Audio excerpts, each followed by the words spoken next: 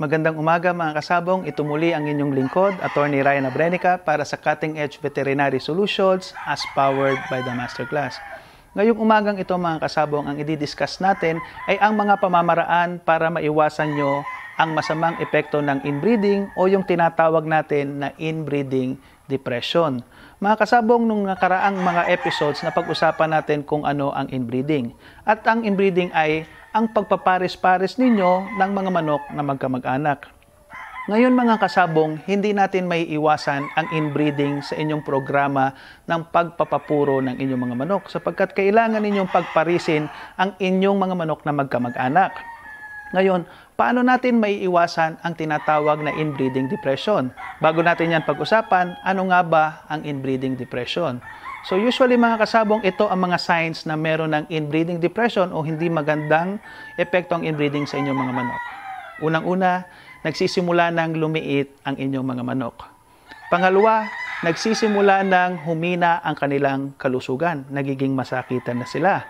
Pangatlo mga kasabong, mapapansin ninyo, humihina na ang kanilang reproductive capabilities. Sa madaling salita, mapapansin nyo, yung mga inahin na inbred o pullets na inbred, medyo mahina silang mangitlog.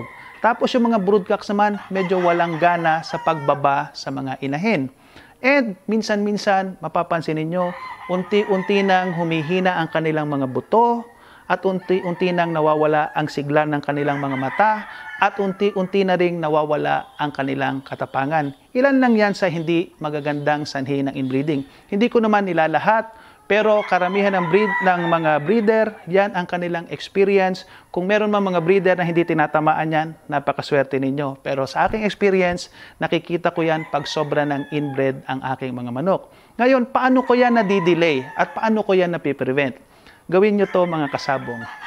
Number 1, gamitin nyo lamang ang mga inbred ninyong mga materyales pagka sila ay nasa prime breeding age. Paulit-ulit ko itong sinasabi sa mga nakaraan kong episodes. Kahit pa hindi inbred ang inyong mga manok, huwag nyong ugaliin na gumamit ng sobrang bata na mga materyales sa breeding o di kaya naman yung sobrang tanda.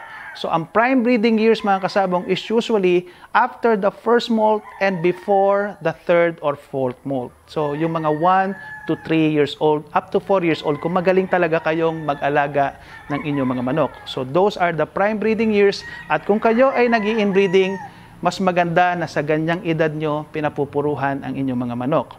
Ngayon, mga kasabong, pangalawa na magagawa nyo para ma-prevent ang tinatawag na inbreeding depression ay wag ninyong isasama ang inyong mga purong mga sisiw sa mga battle crosses ninyo pag sila ay lumalaki sa range area. Bakit? Sapagkat mga kasabong, mapapansin nyo, yung mga battle crosses o yung ating mga 2-way or 3-way battle crosses natin, meron silang tinatawag na hybrid vigor. O di kaya naman mapapansin nyo, likas sila na mas malalaki at mas malalakas kumpara sa inyong mga inbred na individuals. Lalo na yung mga highly inbred na manok na galing sa mga brother-sister matings o paulit-ulit namang pagbalik sa kanilang mga magulang. So, dahil mas maliliit sila, magiging api-apihan sila ng inyong mga battle crosses. Kaya yung magagaling na breeder na aking kakilala, hindi nila yan pinagsasama sa range. Usually, minsan, ihiwalay nila yan ng range area o di kaya naman, ibang buwan nila yan pinapalaki. Ang punto ko dito, pag hindi nila kasama ang mga battle crosses, malaki ang tsansa nila na maging malaki at lumaki ng malusog. Pangatlo mga kasabong, ay iwasan natin na i-breed sila during off-season. So, pagka kayo ay nagpapapuro ng mga manok at pinag-uusapan natin ang inbreeding, i-breed nyo lamang at gawin yan during on-season. So, ano yung mga on-season months? Usually, the on-season starts from November, December to January, February. Yan yung mga prime breeding months o yung mga months na talagang regular tayong nagbi-breed ng tama. Okay mga kasabong, so ano yung tinatawag natin na off-season? So, any months before that, or after that, yung tinatawag natin na off-season. Ngayon mga kasabong, bakit mahalaga na hindi natin pinapalaki ang ating mga inbred na individuals during off-seasons? Sapagkat mga kasabong, pagka off-season na, hindi na masyadong maganda ang panahon.